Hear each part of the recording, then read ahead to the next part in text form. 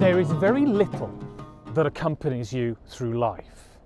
Friends fall off, careers change, people die. We are fooled by the present into thinking that everything stays the same. But we're in constant flux. We only notice this when we look back and think, Christ, I look like that, or I did that, or I thought that. Every day, the present gets tossed away into the past. And when we look back, we see the landfill of our lives is overflowing. But playing cards, though, they have stayed with me. The slap of paper on paper has echoed through every phase of my life. From infant table leg gazing at family members playing whist and rummy to endless foggy-headed teenage rounds of shithead or Indonesian poker, to today's fumblings with Arboretum or Arkham Horror. These oblongs of card are one of the most consistent things I can point to in my life. They're far more reliable than people.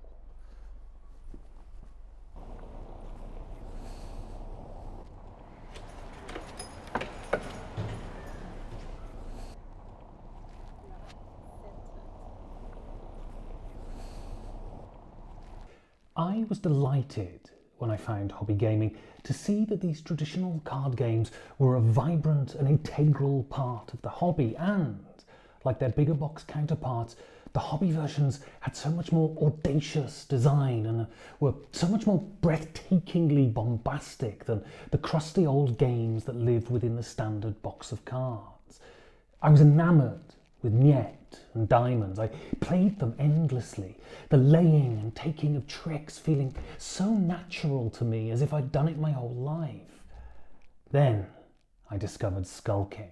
There is no such thing as a fail-safe game system, though the discovery of one must be the El Dorado of game design. It's the ludological equivalent of the perpetual motion machine, a game that plays brilliantly with any group at any time. This is the purpose of game design, though, to make a game whose systems are as robust as possible, to withstand the buffeting and downright lack of consideration that a player will show to it.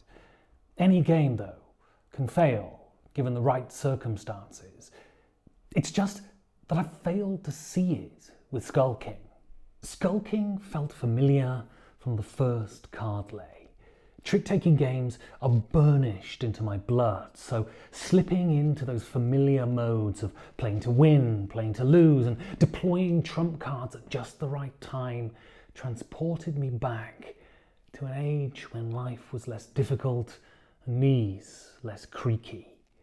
Then there was this other layer that Skull King had that other trick-taking games I'd played didn't have. Instead of that drawn-lipped seriousness that accompanied so many other types of these games, Skull King produced torrents and torrents of laughter.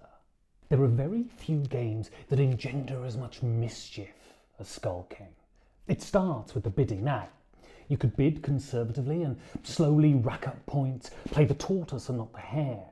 But John across the table has sprouted floppy ears and buck teeth and is leaping out ahead of you through seemingly idiotic bids, and so you become inexorably drawn into being more and more foolhardy until everyone around the table, well, they're being plain silly.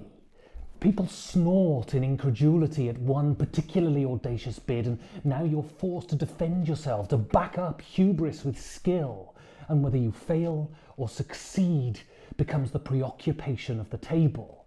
And what is so brilliant about this is that if you succeed, you can bask in table-wide admiration, and if you fail, in fact, the second you fail, that waterfall of schadenfreude that crashes over you reduces the table to hysterics.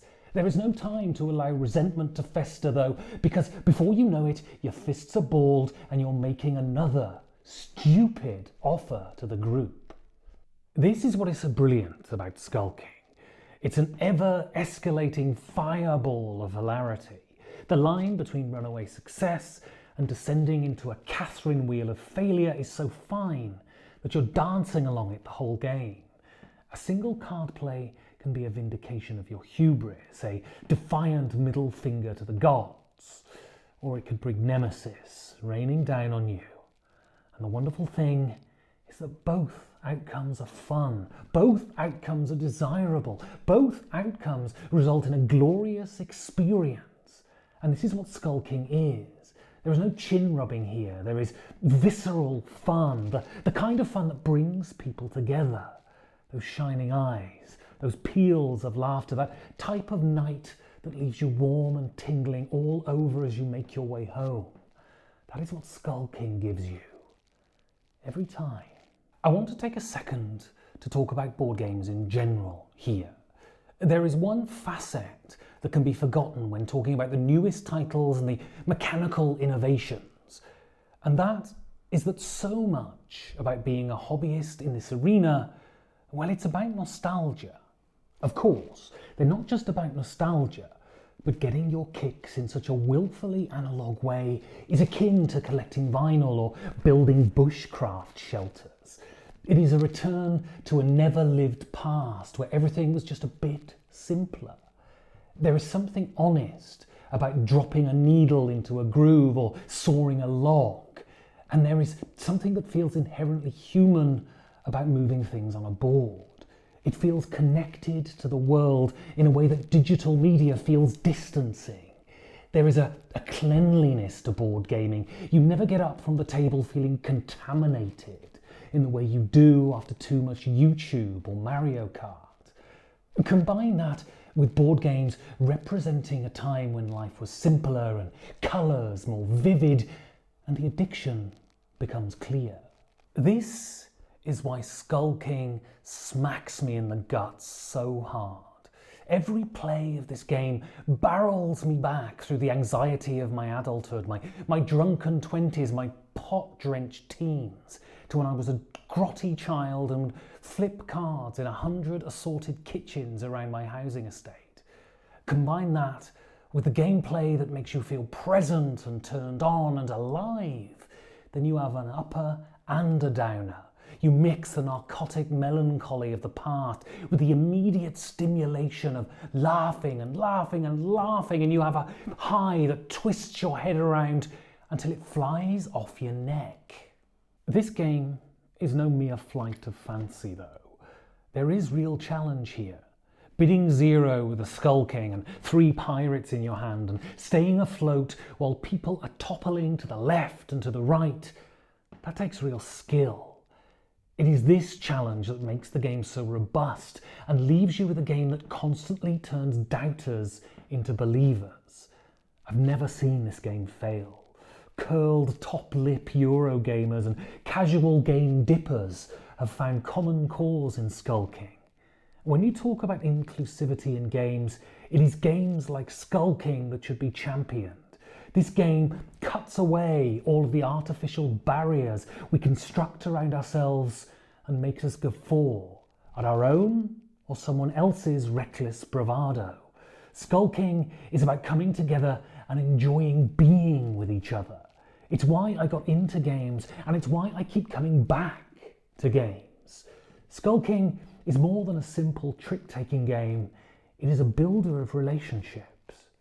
Card games have always been there, and they'll still be there when all of my bridges are wildly aflame, and on top of that pile of broken relationships will be the few people who can still stand me, and will be laughing at the top of our lungs, and that is because we'll be playing Skull King.